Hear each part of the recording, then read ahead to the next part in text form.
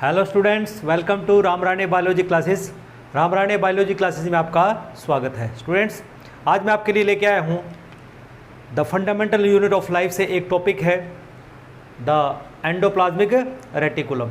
जो previous lecture था that is about the cytoplasm, और अब हम वन बाय वन स्टडी करने जा रहे हैं कि जो सेल ऑर्गेनेलिज होती हैं उनका डिटेल स्टडी, कि उनका जो स्ट्रक्चर है कैसा होता है, कहाँ प्रेजेंट होती हैं, किस सेल में प्रेजेंट होती हैं, और उनके जो स्पेसिफाइड फंक्शंस हैं वो क्या होते हैं।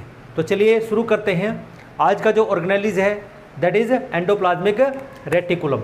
सब first of all what is endoplasmic reticulum is, इस क्वेश्चन को सॉर्ट आउट करते हैं कि जो एंडोप्लाज्मिक रेटिकुलम है ये एक एक्सटेंसिव नेटवर्क है, मीन्स नेटवर्क है एक तरह से किसका, intracellular membrane bound tubes and vesicles का। आप डायग्राम में ऑब्जर्व कर सकते हैं, these are the you can say cisternae और you can say tube like structures and these are the vesicles. तो इनका एक ये नेटवर्क है, ठीक है ना, that occupies most of the cytoplasm in almost all the eukaryotic cells. और यूक्रोटिक सेल में ही मिलेगा, प्रोक्रोटिक सेल में ये एब्सेंट होता है। तो आप देख पा रहे हैं कि इस डायग्राम में यहाँ पर जो साइटोप्लाज्म है, most of the cytoplasm is occupied by the endoplasmic reticulum, ठीक है ना। तो जैसे इधर भी रेटिकुलम होगा, इधर भी endoplasmic reticulum, it arises from the you can say outer जो न्यूक्लियर मेम्ब्रेन है, किसकी, न्यूक्लियर एनवलप की जो आउटर मेम्ब्रेन है उससे ये अराइज होते हैं और सेल मेम्ब्रेन तक ये वहाँ पर यूनाइट हो जाते हैं जाके। The membrane of this system are lipoproteinic, कि जैसे हम कहते हैं कि जो हम नॉर्मल, जब हमने डिटेल स्ट्रक्चर प्लाज्मा मेम्ब्रेन का स्टडी किया था कि उसमें हमने देखा कि वो मेम्ब्रेन जो होती है वो लिपिड्स और प्रोटीन्स की, मीन्स फॉस्फोलिपिड्स और प्रोटीन की बनी होती है, ठीक है ना, in nature similar to the structure of the plasma membrane. की जो सेल ऑर्गेनेलिज की जो प्लाज्मा मेम्ब्रेन होती है उसका भी जो स्ट्रक्चर है वो जो आउटर सेल मेम्ब्रेन है उसके स्ट्रक्चर के बिल्कुल सिमिलर होता है। Now it is more prominent in young and dividing cells. दूसरा कि यहाँ पर जो हम एंडोप्लाज्मिक रेटिकुलम की बात करते हैं, जो यंग सेल्स होते हैं और जो डिवाइडिंग सेल्स होते हैं, ठीक है ना, उनमें ये ज़्यादा प्रोमिनेंट होते हैं, ज़्यादा एक्टिव रहते हैं as comparative to the older cells. Now it is absent in the prokaryotes, कि जो प्रोक्रियोटिक सेल्स होते हैं उनमें ये जो एंडोप्लाज्मिक रेटिकुलम है इट इज़ नॉट फाउंड, वहाँ पर ये अब्सेंट होता है।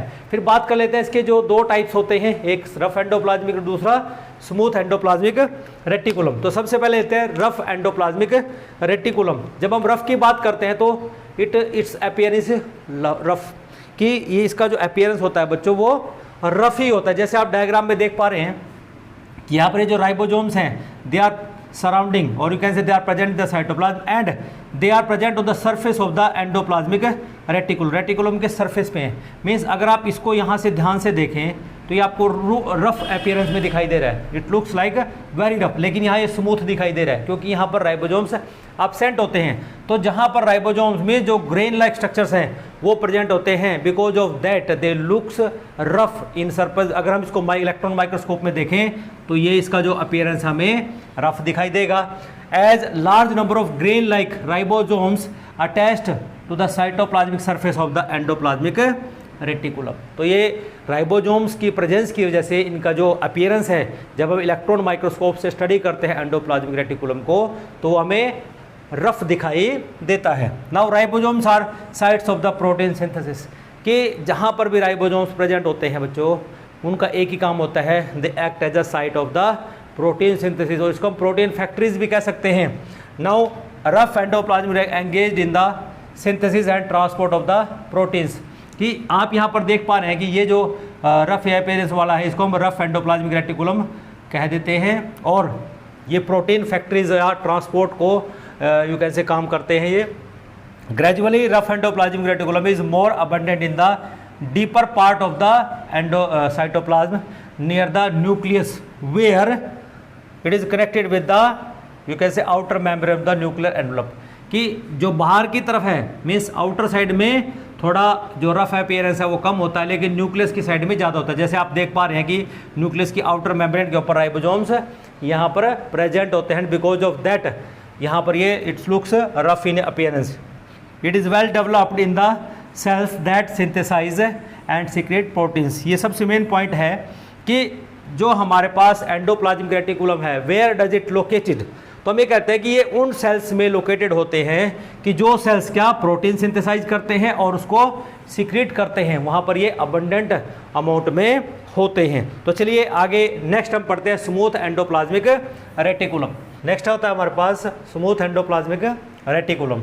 जब स्मूथ की बात हो रही है इसका मतलब क्या हुआ कि यहाँ पर जो राइबोसोम्स हैं they are absent on the you can say surface of the endoplasmic reticulum. जैसा आप डायग्राम में देख पा रहे हैं बच्चों यहाँ पे कि यहाँ पर तो आपको ये अपीयरेंस, ये रफ अपीयरेंस दिखाई दे रहा है, लुक्स रफ, और जब रफ दिखाई दे रहा है तो इसलिए आपने इसको RER बोल दिया। लेकिन यहाँ पर क्या है, जो अपीयरेंस है वो स्मूथ है, और स्मूथ इसलिए है क्योंकि यहाँ पर इस एरिया में राइबोसोम्स एब्सेंट होते हैं, इसलिए इसको हम SER में स्मूथ एंडोप्लाज्मिक रेटिकुलम का नाम देते हैं। और एक यहाँ पर हम देख पा रहे हैं कि यहाँ पर भी ये रफ अपीयरेंस है, लेकिन उसके ऊपर यहाँ पर हम देख पा रहे हैं कि यहाँ पर ये स्मूथ अपीयरेंस है, इसलिए हमने स्मूथ एंडोप्लाज्मिक रेटिकुलम नाम दिया। दूसरा कि इसमें जो मेनली है वो जो ट्यूब्यूल्स होते हैं, means these are the tubules, ये क्या है, दीज आर द ट्यूब्यूल्स हैं ये, और vesicle, these are the vesicles.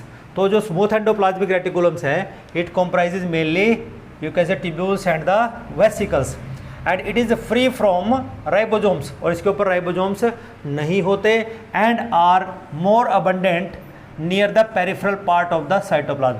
Peripheral means ये सेंटर पार्ट है साइटोप्लाज्म का और ये पेरिफेरल पार्ट है, तो it is more abundant means corners पे, चारों तरफ कॉर्नर्स में ज़्यादा होता है, where it is may be attach to the plasma membrane. जैसे आप यहाँ पे देख पा रहे हैं कि जो एंडोप्लाज्मिक रेटिकुलम है it is attach to the, ये क्या है, प्लाज्मा मेम्ब्रेन से अटैच हो जाता है।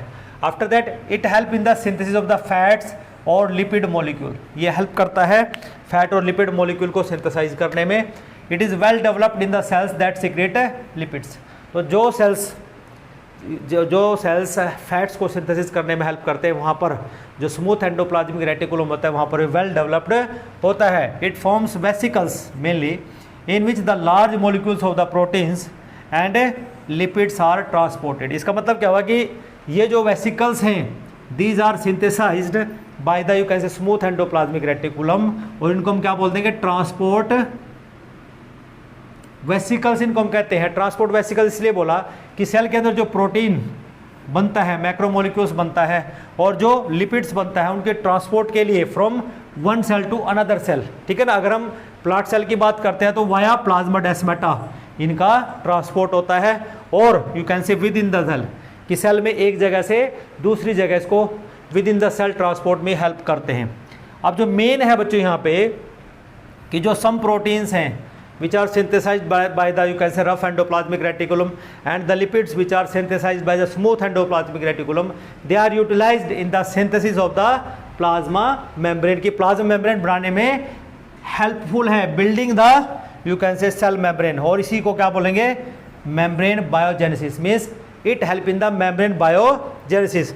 other proteins and lipids की जो इसके अलावा जो मेम्ब्रेन प्रोटीन्स होंगे या जो प्रोटीन्स बनेंगे या जो लिपिड्स बनेंगे, they help in you can say synthesizing enzymes, hormones and many other kind of the biomolecules which are required in the life activity. चलिए नेक्स्ट देखते हैं अब functions of the endoplasmic reticulum.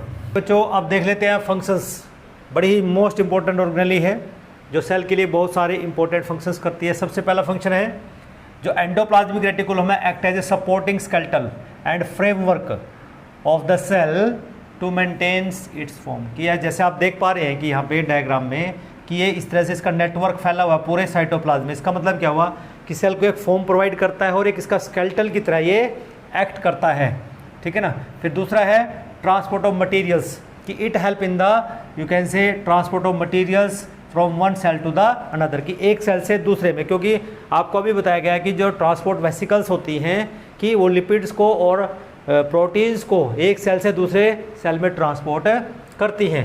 फिर दूसरा एक्ट एज ए जो endoplasmic reticulum है it act as a exchange material की तरह, means endoplasmic reticulum in exchange of the material between the cytoplasm and the nucleus, कि जैसे यहाँ पर कोई चीज़ है तो ये यहाँ ट्रांसपोर्ट कर देता है और यहाँ से यहाँ पर ट्रांसमिट कर देता है। इसका मतलब क्या हुआ कि न्यूक्लियस के अंदर जो चीज़ जानी है और न्यूक्लियस से जो चीज़ बाहर आनी है, that is you can say occurs with the help of the endoplasmic reticulum.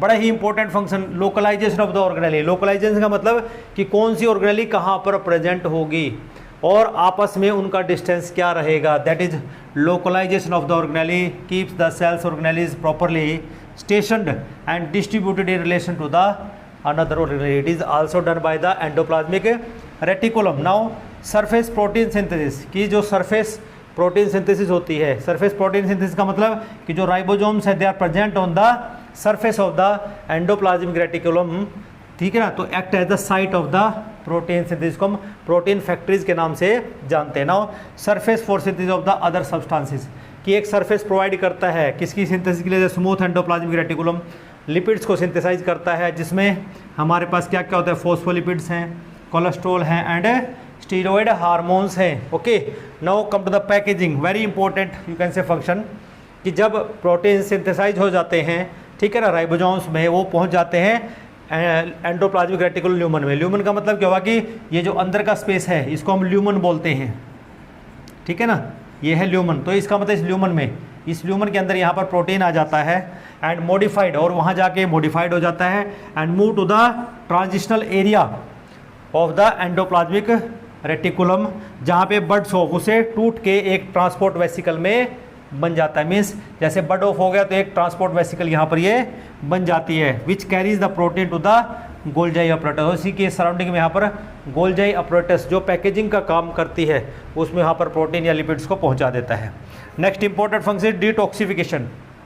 Detoxification का मतलब क्या हुआ कि डिटॉक्सिफिकेशन का जो काम है मोस्टली लीवर के अंदर होता है, और लीवर के अंदर जो एंडोप्लाज्मिक रेटिकुलम होंगे वो हार्मफुल मटेरियल्स, जैसे हमारे पास ड्रग्स हैं, इंसेक्टिसाइड्स हैं, पोल्यूटेंट्स हैं, पॉइजन्स हैं, इनको हार्मलेस सब्सटेंसेस में वो कन्वर्ट कर देता है। मीन्स हमारा लीवर डिटॉक्सिफिकेशन में हेल्प करता है, लेकिन लीवर के अंदर क्या चीज़ है जो डिटॉक्सिफिकेशन में हेल्प कर रही है, that is endoplasmic reticulum liver cells में प्रेजेंट होगा जो डिटॉक्सिफिकेशन में हेल्प कर रहा है and excretion by the cell, और उसकी एक्सीशन वो वहाँ पर करता है। नेक्स्ट है फॉर्मेशन ऑफ द ऑर्गेनेलीज। देखिए बच्चों, बड़ा ही इंपॉर्टेंट, क्योंकि हमें यहाँ से ये पता लग रहा है कि हमारे पास जो गोल्जाई अपरेटस है उसका ओरिजिन कहाँ से हो रहा है, वो किसकी हेल्प से बन रही है। It is you can say because of the endoplasmic reticulum that Golgi apparatus is formed. इस तरह लाइजोसोम्स बनते हैं और वैक्यूल्स बनते हैं with the help of the endoplasmic reticulum. और लास्ट मेम्ब्रेन फॉर्मेशन, जैसे हम कहते हैं ना बायोजेनेसिस और membrane biogenesis, with the help of you can say endoplasmic reticulum बहुत सारी प्लाज्मा मेम्ब्रेन को और बहुत सारी सेल मेम्ब्रेन फॉर्मेशन में हेल्प करती है। तो this is about the you can से detail of the endoplasmic reticulum. तो बच्चों, अगर आज का लेक्चर आपको अच्छा लगा हो तो मेरे लेक्चर को ज़रूर दूसरों के साथ शेयर करें और मेरे चैनल को सब्सक्राइब करें और लाइक करें। तो till then have a nice day, thank you.